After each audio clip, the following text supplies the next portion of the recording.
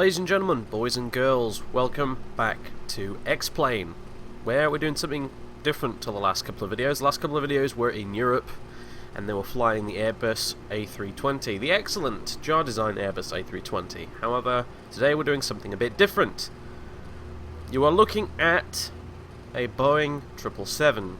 Today's call sign is going to be something along the lines of Delta 1215 Tango, I think. We are at Boston Logan International Airport in, funnily enough, Boston, in America. I haven't done a video in America yet. I've done some streams lately where we've been flying in the US, and I've enjoyed them immensely. One of the reasons I'm flying in the US today is because the weather in Europe, and I use real world weather for all of my videos and X-Plane flying, the real world weather at the moment in Europe is absolutely shocking. God-awful. It really is. Flying-wise, anyway. Incredibly high winds. It's just, yeah, it's a no-go. So we're here in the US, at Boston Logan International Airport, as I said, flying a Delta Boeing 777. Today's destination is going to be JFK International down in New York, just down the coast. Now, normally a gigantic 777 like this would not make such a short hop, but basically, I wanted to show off one of the big Boeings as a bit of a change of pace. I've recently been getting into flying this thing. I've kind of finally learned how to get it up and running properly, and I've been really enjoying it. But today I really just don't have time to do a longer flight, so we're going to do a short hop, and we're going to say it's a charter flight. Some company has chartered out this aircraft to take pretty much the entire company, all their employees, down to New York this morning, probably for some sort of convention. I have no idea. But that's what we're doing. So right now we're actually parked at the cargo area. We've got the passenger buses here, so we're going to get everyone on board. We're actually in the Delta Airlines bit here, so that's sort of nice and appropriate considering we are Delta Airlines today. And yeah, so without further ado, gawk at the skyline for a bit. It's early morning. Dawn is now just breaking. I chose to do a morning trip because the last two videos I did were also, there was a lot of nighttime stuff in them, so today we're going to be landing in the daylight as opposed to in the nighttime. As awesome as X-Plane's night lighting is, I thought it'd be good to see it during the day, especially since I've got some absolutely stunning New York scenery. Wait until you see Manhattan. It's unbelievably cool. Although that said, I did initially want to go all the way down to DC today. I wanted to go to Ronald Reagan International down in DC. Unfortunately we can't though, because according to SkyVector there's some sort of no-fly zone over Ronald Reagan at the moment. Don't really know why. If you click on it, and it takes you to the FAA's website, and the reason cited, if I can get this up, is reason for no time, temporary flight restrictions for special security reasons, and they're not any more specific than that. So I don't know what's going on down in Washington DC at the moment, but apparently Ronald Reagan is a no-go, which is a shame, but it just means we get to go see New York instead, even though it's a much shorter trip. Well, it's still a pretty short trip either way, but it's about half the distance this compared to what I was originally planning. But whatever. Never mind, we'll just do it, and we'll enjoy it, and it'll be fun. And I get to show you, like I said, one of the big, stonking, great, gigantic Boeings, which are always great fun to fly. Very different from the Airbus we've been flying up till now. So anyway, I am, as usual, going to cut out the pre-flight section, most of it anyway, and I'm going to go ahead and get this aircraft all fired up and ready to go, get all the passengers and fuel on board, and I will be back with you guys when we're about ready to get going. It's just to save time, and yeah, so I don't bore you guys with the minutiae of getting this all set up. Of course, obviously, if you do want to see pre-flight stuff, please let me know in the comments. I can simply include it in future videos. Someone suggested maybe breaking my flights into two videos, one containing the pre-flight stuff, the other containing the sort of actual flight. That's a possibility, but also if people want, I can pretty much just try and do a tutorial of sorts for various aircraft, showing you how to get them all set up properly. But for now, I'm going to skip it. I have had some great suggestions from you guys, by the way, on the topic of where to fly and where to go. I've got an idea for where the next flight is going to be to. A very good idea indeed, based on a suggestion from someone in the comments. I'm looking forward to it, but today we're doing this instead, just because, like I said, a bit of a change of pace, because the next flight will probably be back in the Airbus again, but we'll see. Anyway, I'll stop waffling, and I'll go get on with this, go do my job. Alright, ladies and gentlemen, welcome to the flight deck of the FlightFactor Boeing 777, otherwise known as the 777. It's a bit of an old aircraft add-on, this one, to be honest with you. This plane came out quite a while ago, but I think it's still pretty damn good. I mean, it may not look as shiny as some of the newer planes that come out these days, but all the nuts and bolts under the hood work exactly as they should, and I think it's a really cool plane. I'm a big fan of the 777 itself as an aircraft, just in general, so I'm actually really pleased with this plane now that I finally got it how to work. Really. Okay, it's been a long day, guys, I'm sorry. I suppose I should give you the tour briefly before we get started. This obviously is the flight deck. It's quite roomy, it's quite big compared to the little Airbus we've been flying up till now. It's kind of huge in here. We've got 4 seats in here. We've got pilot and co-pilot seats, as well as 2 jump seats in the back here. Typically on a long distance journey, which is what this plane's really designed for, you'd actually have you'd have the pilot or captain, a first officer or co-pilot, and you'd also have a second officer who'd sit here. And that's actually the reason why there's 3 FMCs here, flight management computers, because one of them is for the second officer who sits here. We won't be needing a second officer today, though. It's a very short trip. This is a massive plane, as you can see if I look all the way down there. If you've ever been abroad, either across the Atlantic or wherever, there's a good chance you've probably flown on a 777. It's one of the most common big long-haul, wide-body, they're called, airlines, because on account of they've got 2 aisles, they're wide. One of the most common ones out there. Delta, there you go, see. Nice little details on the inside. This is first class, obviously. Widescreen TVs, a bar, pretty cool. Business class, comfy seats, not much else. And economy class back here, which is alright, I guess. You've got screens on the back of the seats. Legroom isn't too bad. I've seen worse. But yeah, here you go. It's massive, it's huge. It's all rendered quite nicely in here, though, which is nice. Not all X-Plane add-ons do have a fully rendered interior sort of cabin, but this one does, and it's not a bad-looking one either. So, quite pleased with it. But as you can see, yeah, it's gigantic. The damn thing is like a ship with wings. It's huge. The 777 is gigantic. This is not the largest variant of 777. This is the 200LR with the GE90 engines, which are massive. One of those can, just a single one of these things can drag a Boeing 747 all the way up to cruise altitude. This thing has 2, just for added insurance. This is not the biggest version. There's also other versions like the 300ER, which is even longer, and in fact I think is the longest aircraft in the world, possibly. Anyway, back in the flight deck here, we're pretty much ready to go. As you can see, I've got everything set up more or less. We've got the electronic checklist up on here to make sure I don't miss anything important. It doesn't look like I have.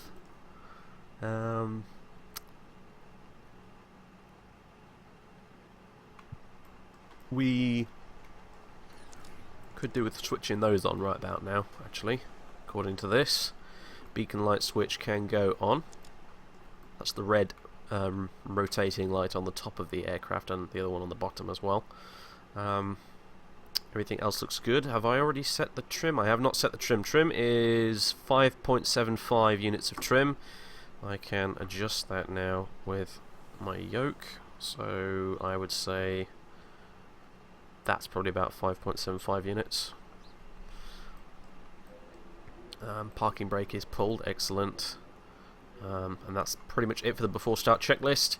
We're really ready to go here. I've even got my EFB up here, the electronic flight bag, which is this thing, which you can use as a reference to put things like maps and things in here. I've actually got a map of JFK, our destination, up here, which could be useful when we get to our taxiing and whatnot. Very cool. You can effectively put any PDF file you like in this. You go to the directory in the aircraft folder in X-Plane. You can drag and drop PDF files into there, and they will appear in the EFB menu on here, and you can view it on the little screen in the plane, which I think is really cool. Very, very awesome and immersive, and that sort of thing. Very nice. So sadly, I don't have a chart for Boston at the moment. That's why I have JFK up on here and not Boston, where we actually are. As you can see, the sun's coming up now, big time. It took a little while to get this thing set up. It's a big plane, there's a lot of stuff to do. But yeah, wonderful sunrise over there. Very good. Very good indeed. Very, very, very good indeed. Now then, I guess we should probably get going. Let me just have a quick once-over of the all the panels to make sure everything looks hunky-dory. It all does. We can pressurize hydraulics. And everything looks okay. The only thing is, I think we might need to put the cargo temp select on low. Otherwise, this thing will whine at us. Anything else on there that needs dealing with? FMC message, not on intercept heading, that's fine. Bleeds off. Yep. Engine oil pressure, main battery discharge, pack left and right. Okay, everything looks good. We can start the APU. The auxiliary power unit. I explained this in the first video I did. It's a small jet engine in the back of the aircraft. Now that's a nice feature.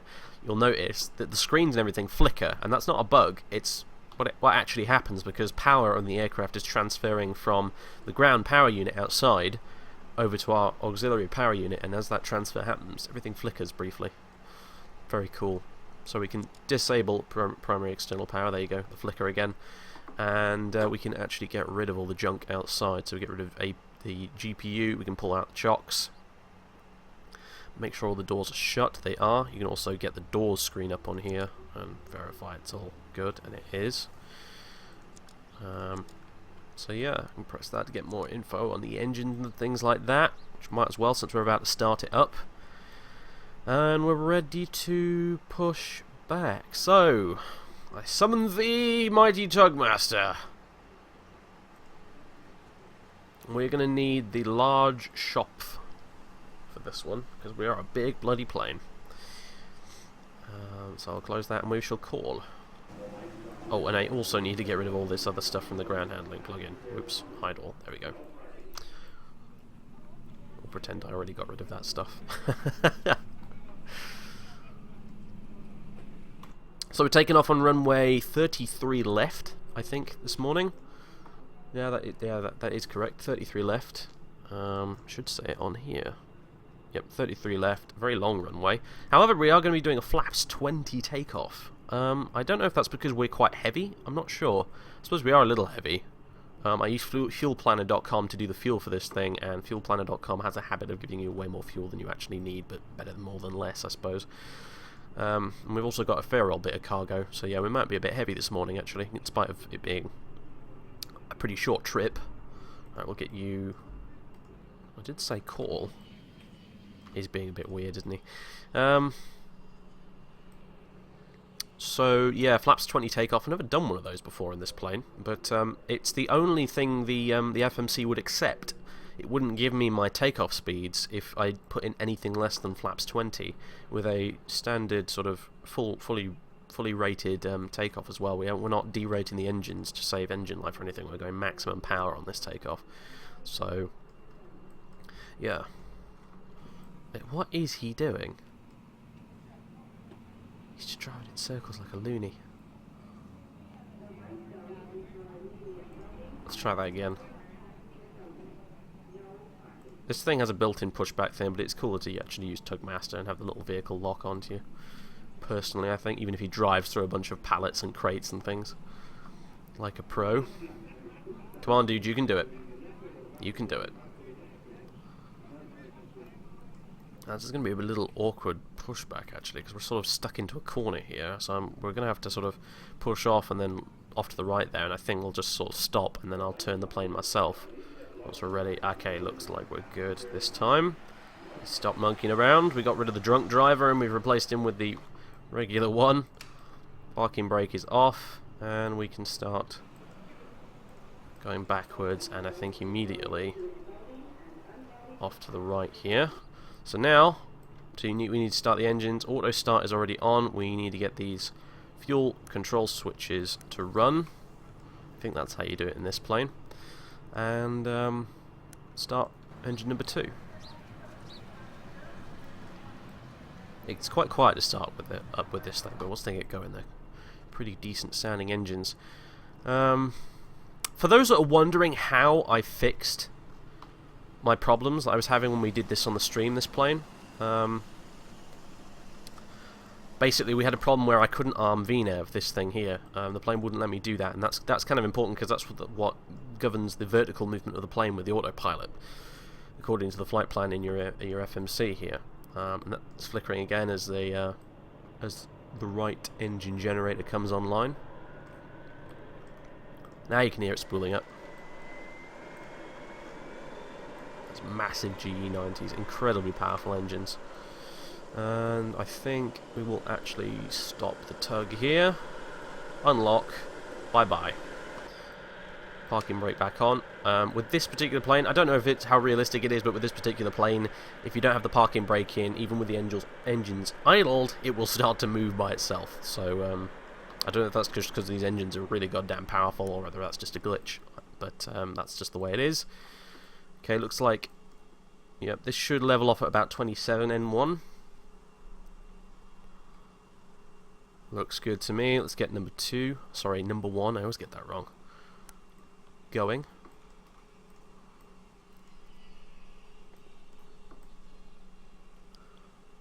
Lovely sunrise. Yeah, anyway, so the way I fixed it, the problem I was having, essentially, I was doing everything right, except... my goodness, where do we go for this? How do we get the screen up? Perf. Right, here. It was on this screen. For reserves, I mistakenly thought you had to put in a percentage of your overall fuel as reserves on this screen, so I was putting in like 30 into there for my reserves. Turns out that's completely wrong. You actually need to put in the number of metric tons in this case. If you've got the, I don't know if you can set up the aircraft to use imperial measurements, which we technically should be using in America, but hey, we're using metric because it seems to be the way the plane is designed at the moment with this add-on. You need to enter in your metric tons in there. So in this case we have 9.4 metric tons of reserve fuel, and once I did that, instead of putting in the percentage, i.e. 30, it worked, because it thought I was putting in 30 metric tons of fuel when I didn't even have 30 tons of fuel on board, which was causing it to, like, you know, lose its mind and go insufficient fuel, and then it wouldn't let me arm VNAV. But now I've sorted that out, it works perfectly, which is lovely. So yeah, there you go. We'll go back to the takeoff reference page. Okay, both engines up and running. Sounding wonderful. I can turn off the APU. We can turn on the engine bleeds. And then we can turn the packs on, which powers the air conditioning. You can hear those recirc fans rumbling away in the background now. APU bleed, I think I'll leave that on auto. I don't see any reason why not to. Okay, everything looks good. I will cross-feed the fuel because you'll notice the fuel on our left wing tanks is actually slightly lower than the right wing tanks, and the reason for that is because the APU draws fuel from the left wing tanks. So yeah, I'll put the crossfeed in, and hopefully that should balance the tanks out, so we don't have one wing slightly lighter than the other. Looks like we're good. I see no yellow messages on the ICAS thing here, so it looks like we're okay. So we can go here, we can go, we've done engine start, after start, APU selector is off, recall checked, flight controls, let's do those. Make sure our joystick is working correctly, so full left, looks good, full right, looks good, full up, full down, and the rudders left and right both look hunky-dory. So, that's good. Go back to the checklist. And yep, flight controls are checked. Ground equipment is clear. And we can go before takeoff, obtain taxi clearance. We'll pretend we have. We're offline again, I'm not online. Taxi and runway turn-offs can go on. Where are they? There you go. So our taxi lights are on. Very nice.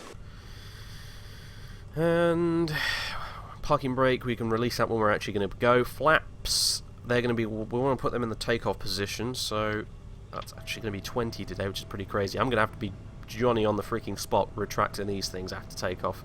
I really am. I don't want to overspeed this thing. I prefer a flaps 5 takeoff, to be honest with you, just because I'm lazy whenever I can get it, but not today. Light switches on. Runway taxi. Yeah. Parking brake released. Flaps called. Flaps set called.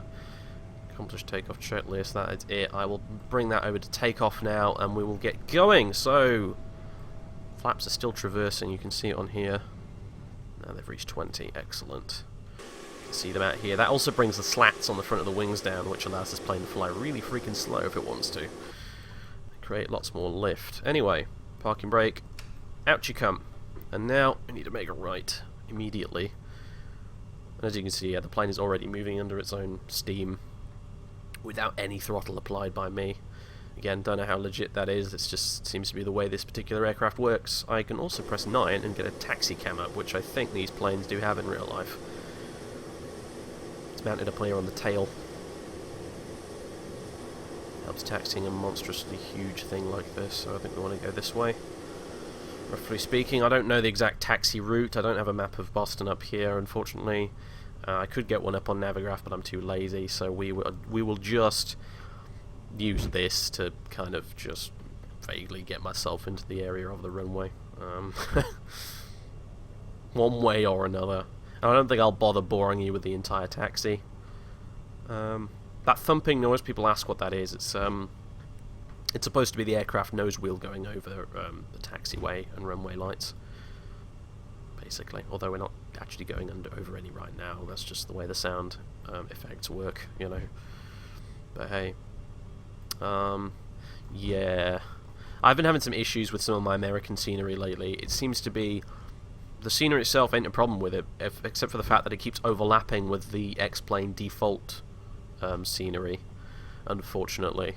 Which means you get instances like this with planes inside buildings and things like that. It's really, really annoying, but I don't know how to fix it other than getting my hands on the world editor myself and trying to fix it. So,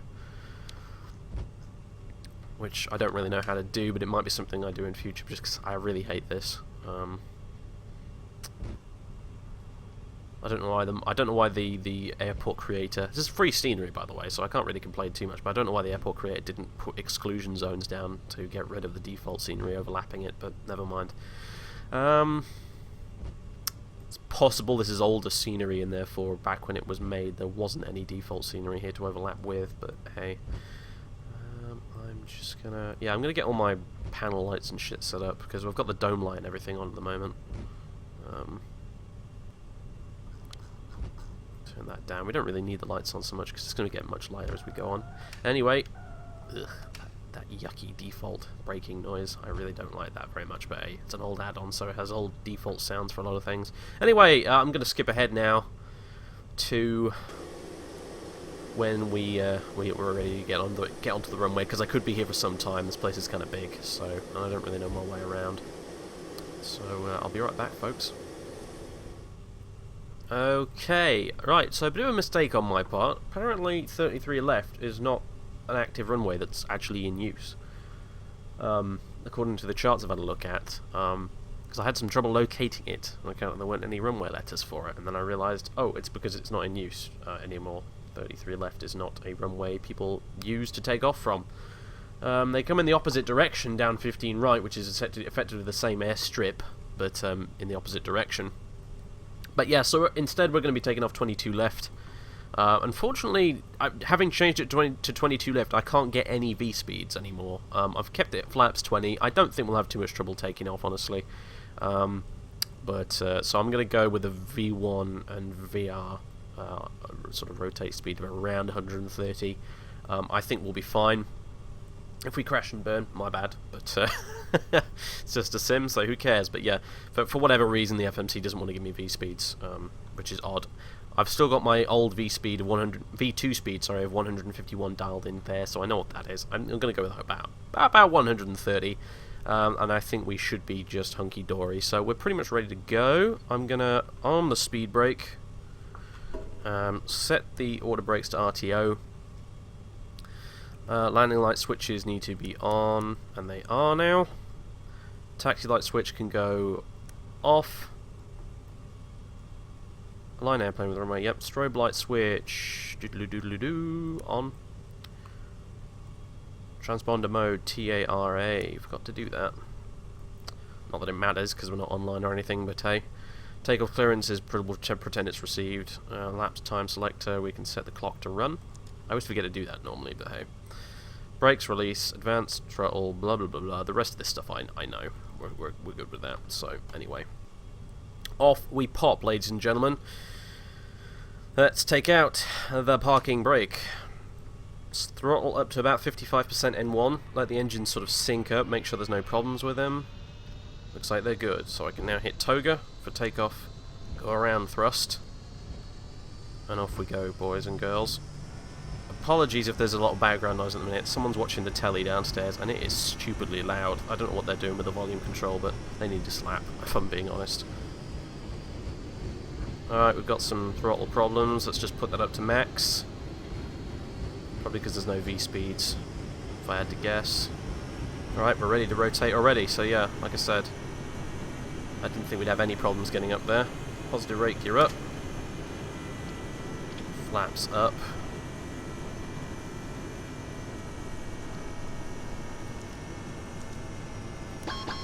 Rearm the auto throttle, put it back on. We should be good to go now. All we're going to do is just... yeah, I'm overspeeding now because the flaps aren't coming up quick enough. It's okay though. Ignore the loud, ridiculously loud, annoying siren there, but yeah, there we go, it's fine now. Told you that flaps 20 takeoff was going to be a bitch because of the flap retraction speed. But that's okay, we've oversped the flaps slightly. But, you know, I do believe this thing does have failures, so if there's anything wrong with it, we'll know about it soon enough, but it looks like we're okay, to be honest. So now I'm just pitching to follow this flight director on my primary flight display there, and we're good. A lot less disastrous than that's probably sounded, trust me. I was following the FMC's sort of advice there with regards to the flaps 20 takeoff, and I think I probably should have not followed its advice because it didn't know what the hell it was talking about. This plane cannot retract its flaps fast enough, really, I'm afraid. Probably it's an equal parts the plane's fault and my fault, if we're being honest. Okay, so plane's slowing down right now to maintain 250 knots, which is good. That's something the Airbus has a lot of trouble with, I might add. I'm just trimming and pitching a bit with the yoke here to stay roughly on track. I'm going to enable the autopilot in a second. I'm going to do it right now. Let the autopilot handle the steering for a minute while I get everything else sorted out. So checklist, we'll go after takeoff. Engine anti-ice selectors auto. Where would they be? There they are. No, that's the signs, damn it. There they are. Right. Set them to auto. Altimeter to standard. We will set that once we get up to transition altitude, which won't be for a while yet. Transition altitude in the US is 18,000 feet, so we're pretty much good to go now. We're doing the SOX 1 departure. A baseball themed one as far as I can make out, because this is Boston, home of the Red Sox, and I've noticed that half the waypoints on this did I say arrival? Departure is what I meant to say. Anyway, half the waypoints on this departure seem to be named after baseball players. So, and stadiums and whatever. I've got one of them's called Fenway after all, so that's the thing I've noticed about flying in the US. A lot of the waypoint names are quite funny. We on a stream the other day, we actually on Twitch, we flew into Atlanta International, and we flew the Dirty Harry arrival. Not even a word of a lie. That's what it was called. It was called the Dirty 3 arrival, and two of the waypoints were Dirty and Harry. So, right, we seem to be good for now. VNav's engaged, LNav's engaged, throttle's engaged. we are well on our way. The plane will mostly take care of everything from here on out. I just need to sit here and monitor. We'll go to the legs page, check everything's good. It appears to be. I'm going to start climbing probably quite soon.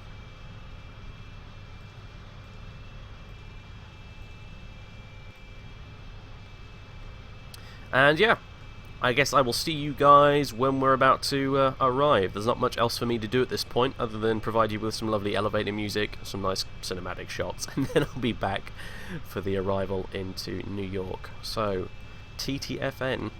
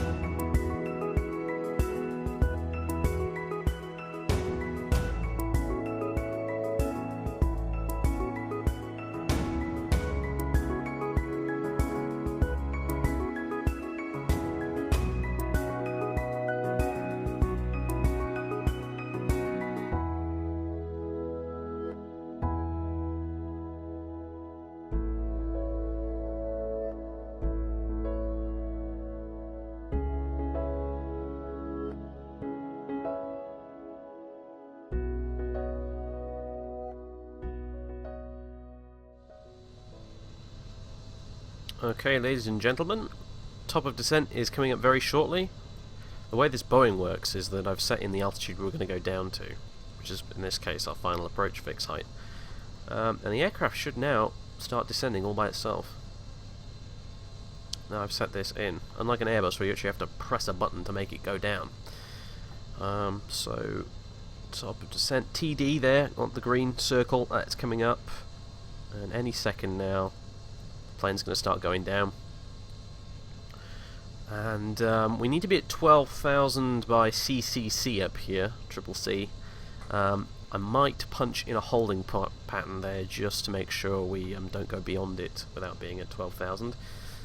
It seemed to think it wanted to give us 19,000 feet actually by CCC in our VNAV predictions here on the FMC, but I have adjusted it to match the chart, which says expect 12,000 there, max of 13,500 as a matter of fact, so yeah. Something about, yeah, it says caution, parachute jump activity to the southeast, so apparently there are parachute jumping activities going on near here. It would appear just out in front of us down there.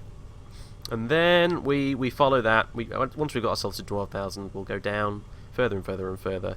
And then, because my LNAV prediction seems to have gone a little squiffy there, you can see this sort of squiggly bit here, I'm actually going to take over and vector myself with headings, using heading select onto the ILS for runway 27, I can't quite remember.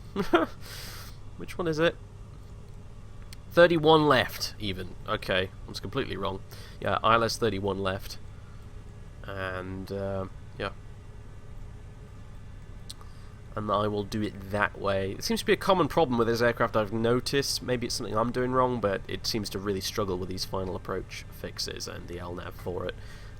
You'd be better off just taking over heading select and getting yourself onto that extended center line, the dotted line that you can sort of see there.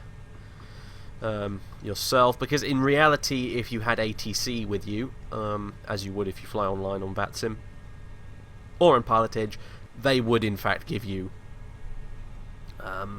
headings to get onto a final approach themselves. They would do that. At a certain point, after descending via the standard route, they would say, okay, descend flight level, or descend X thousand feet, turn right heading or turn left heading, blah blah blah, and you would do that, and they would keep giving you headings until eventually you get onto the final approach course. And so to emulate that somewhat, as well as circumnavigate this sort of weird screwy thing here, it's the only real problem I've come across with the navigation in this plane. It seems to have a hard time with final approaches, but yeah, other than that, it's pretty solid actually. I'm really enjoying it.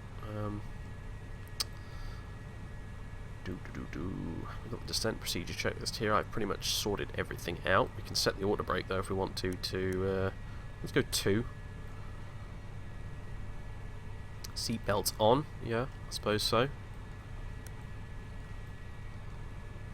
And there we go, that's descent procedure sorted out. I will bump this over to approach. And yeah, not much else to do now, I'm afraid, other than wait for us to descend a bit further into New York, where hopefully the scenery will be absolutely gorgeous. We'll depends on what the weather's like. It seems to be pretty clear. There's not a cloud in the sky at the moment. In stark contrast to the way it's looking in the UK at the moment. Let me tell you. But the weather out here is really, really nice. Some mega high pressure at the moment, actually, as a matter of fact. Oh, yeah, I've noticed I get a weird sound glitch every now and again. I think it's when the weather updates. Strange, I don't get it. But anyway. Yes. Okay, I'll be back, folks, when we're a bit closer to our destination, I suppose.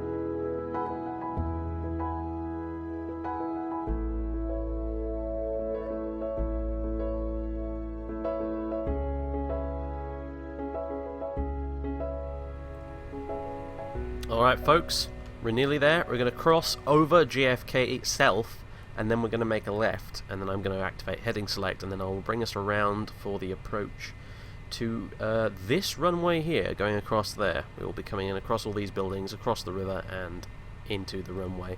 Very, very simple, very straightforward. And there, ladies and gentlemen, is Manhattan. And downtown New York. It looks gorgeous, doesn't it? Every single building, every single bridge, it's all there. Absolutely gorgeous. It's I can't remember the name of the studio who made this. I bought it from the xplane.org store. I think it was Wiki Design or something. It's a Polish studio. They made this along with the airport we're going to be landing at, and it's so good. It's so freaking good. You can zoom in all the way, and there's just so much damn detail. This is about as close as we're going to get to it, I'm afraid, though, sadly, because we're not landing at LaGuardia or anywhere over on the other side there, so we won't be flying over Manhattan. But it's a hell of a view, nevertheless. I'll have to do a flight out of LaGuardia at some point so we can climb up over the city. Because let me tell you, it's a fantastic view. We did it on a stream when we came out of LaGuardia. And it was just gobsmacking. So anyway, here we go. We're going over the airport now. Hello JFK, we'll be landing with you very shortly. Once we cross over the JFK VOR here, I'm going to hit heading select.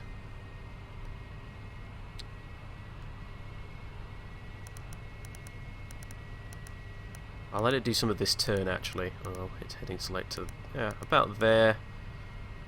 Bang, there we go. Heading select engaged. We are descending to 2,000, which has a final approach fix altitude.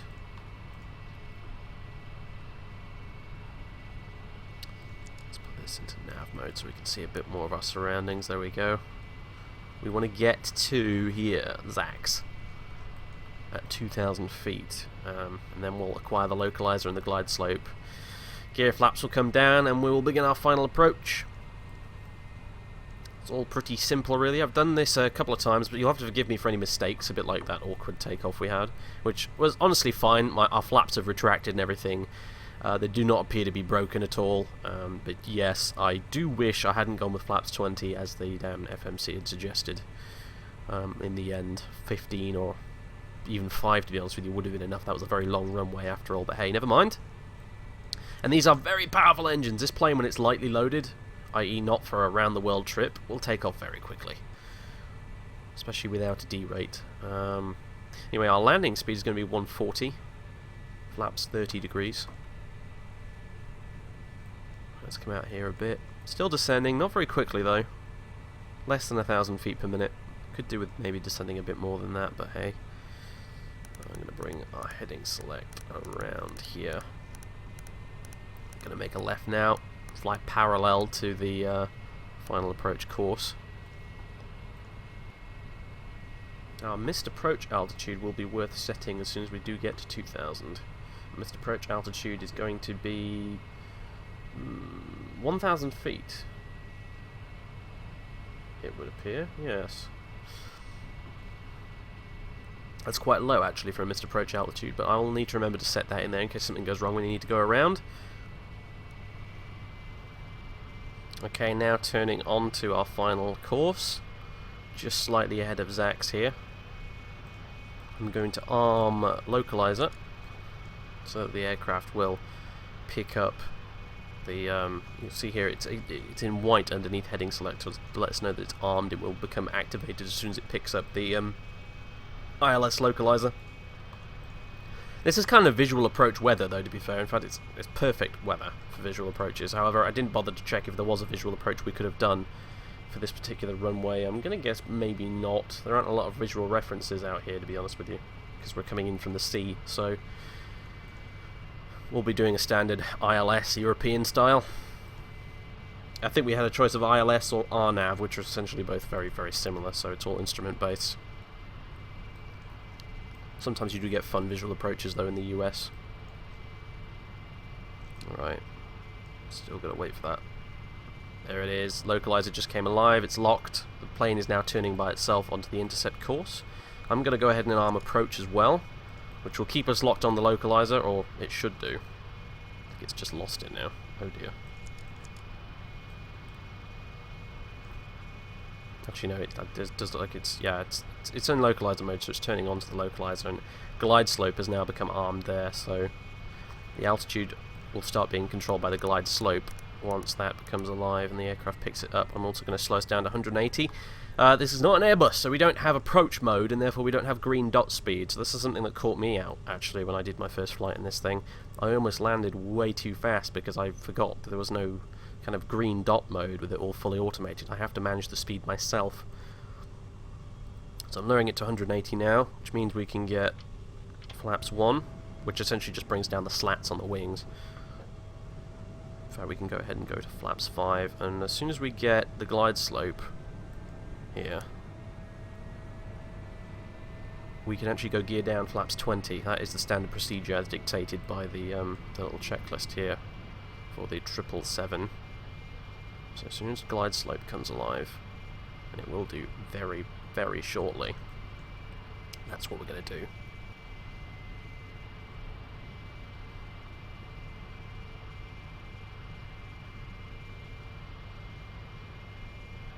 Any second now.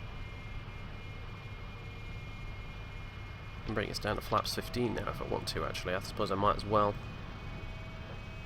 More drag we have, the better, honestly.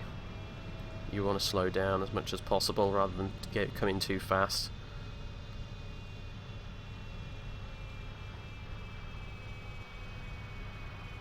Just waiting for that glide slope now.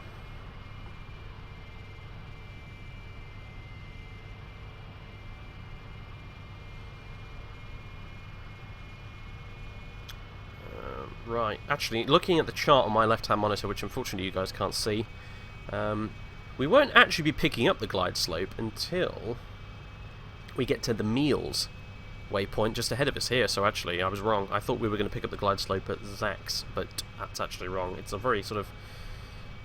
it's quite a kind of steep angle of approach, this, to be honest with you. But it'll do.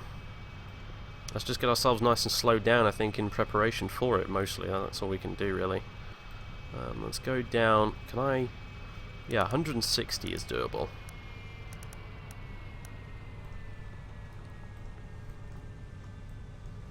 I'm going to go ahead and arm the speed brake. We hopefully won't have to extend it as we go down into this steep approach, but hey, you never know. This is a big plane, it's quite heavy. A steep approach could result in picking up a lot of speed. I don't really know what's going to happen. It should be okay, but we'll see. So we should pick up the glide slope just before Meals, actually. Slightly before it. And as a matter of fact, I'm actually going to bring it down to 1,800. Except it won't do that actually because it's an alt mode. Never mind, doesn't matter. There we go, glide slope's live. Gear down. Flaps 20. We'll extend that down to 30 as we continue our approach here. Our VREF is 140.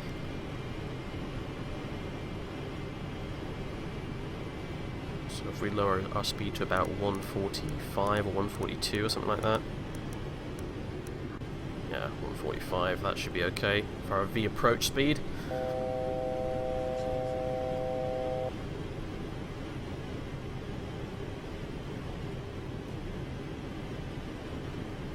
And as you can see, yeah, we're locked on the glide slope and localizer. The pink diamonds are exactly where they need to be. The flight director's guiding us in. We're on autopilot right now. I think I will take it out momentarily and hand fly it in.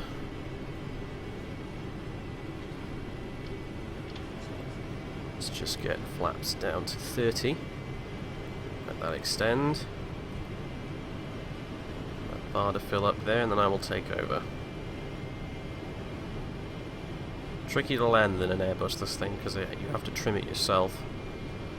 Even though it does use fly-by-wire. So there we go, auto throttle out. Autopilot disconnect. And I have full control of the aircraft. For better or worse. Put this into approach.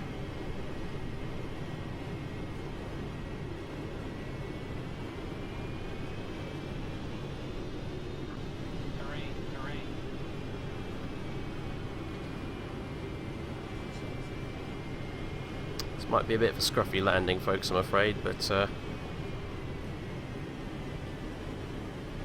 still new with this plane. Hand flying into the landing with manual throttles is certainly interesting. I do wish the GBWS would shut up.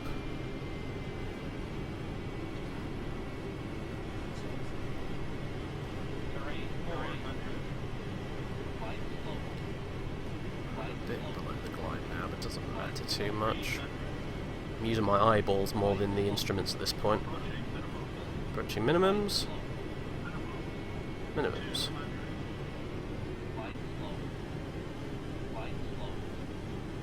Dipping below my VREF slightly there. Need to give it more power. And here we go.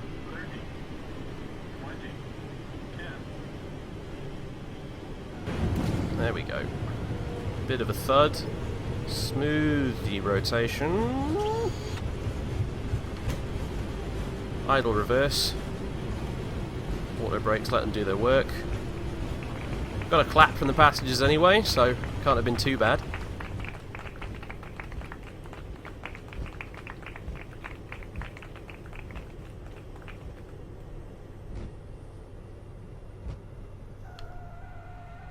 And, yep, water brakes can come off. Unfortunately, I can't seem to get them to come off through regular manual braking, but it doesn't matter too much. Now we just need to get off the damn runway. Job's a good one. Get the flight directors off. Don't need those anymore.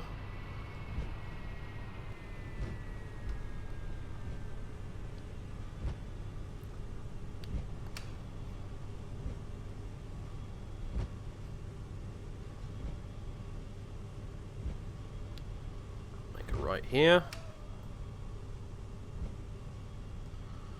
Over to this holding point here, Mike Charlie. Now I just need to figure out where to go to get to our gate. Now, well, actually we could be quite close to where we need to be right as it is. That's a big old plane over there. That's another 777 as a matter of fact, I think. Oh, no, I think it's an A330, but still, same class of aircraft, so let's go on over here, because if he's parked over there, there's a good chance there'll be a bunch of other large parking spaces ready for us to use. Let's take a right here. You can always use the taxi cam to get a bit of view. We can also get these flaps up and these spoilers retracted. I always forget to do that. I'm taxiing along with all the spoilers and flaps hanging out like a numpty.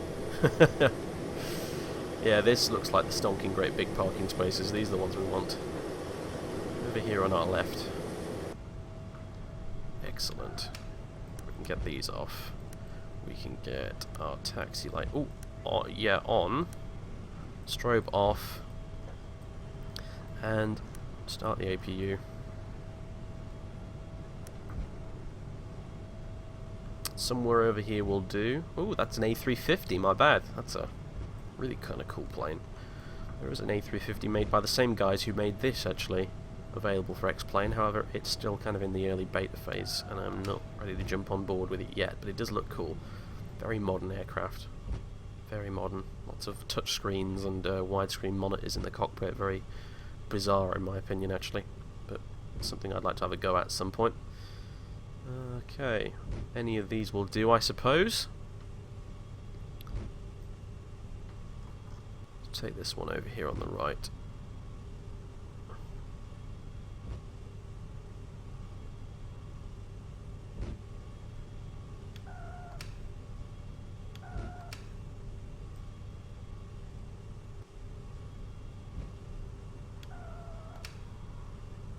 That's the problem with the good old 777. It's so damn huge you can't see where you're going. Luckily, I can go to this sort of view, as if I was a marshaller on the ground guiding the plane in. That will about do it. Hit the brakes. And parking brake on. And there we have it.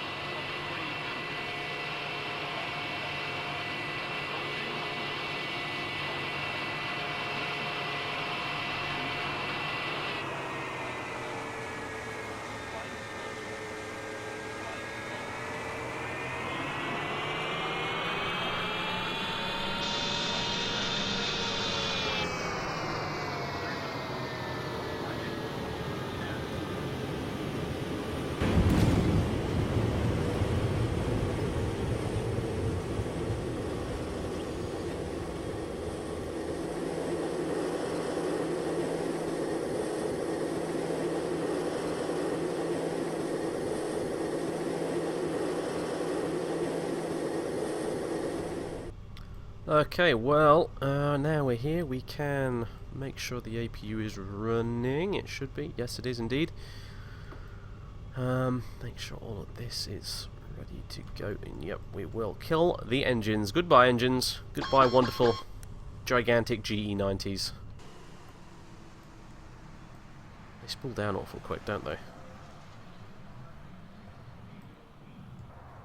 And there we have it, ladies and gentlemen. We can now...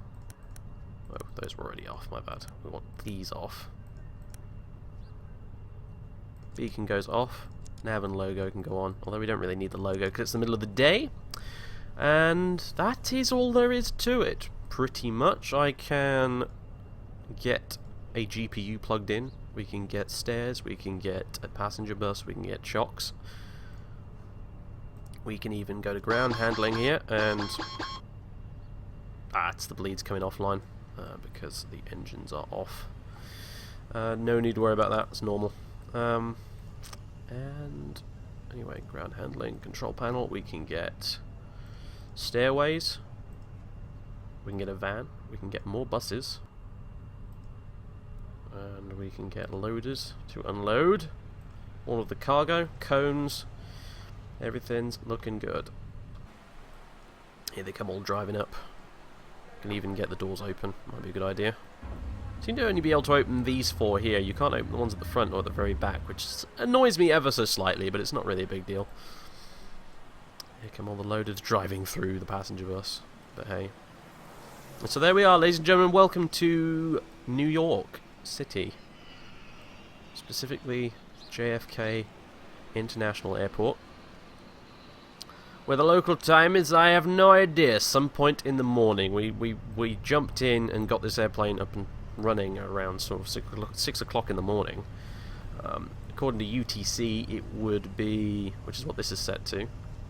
Oh, you can turn off the chronometer as well. That was about an hour, that flight in total, more or less. And that, according to this, yeah, it's about 1:45 in the afternoon in the United Kingdom, which is obviously using UTC at the moment as their standard time. So I don't know, you do the math. But it's morning. Our passengers, this company of individuals who I can't be asked to think of who they would be, have arrived for their conference or whatever with this chartered flight that we've done. Again, like I said, not very realistic for a big old plane like this, but hey, I wanted to show you guys this stonking great 777, but I didn't want to necessarily have to fly coast to coast or something in order to do so, because I ain't got time for that this evening. So yeah, thanks very much for watching, everybody. Hope you enjoyed it. More suggestions are, of course, always welcome. I have a flight lined up for the next video already, which is based on a suggestion from somebody in the comments. So thank you for that. You'll know who you are when the video comes out, I suppose. And until then, there's the lovely New York skyline in the background, up at the top there. And yeah, until then, everybody, take care, and I will see you next time.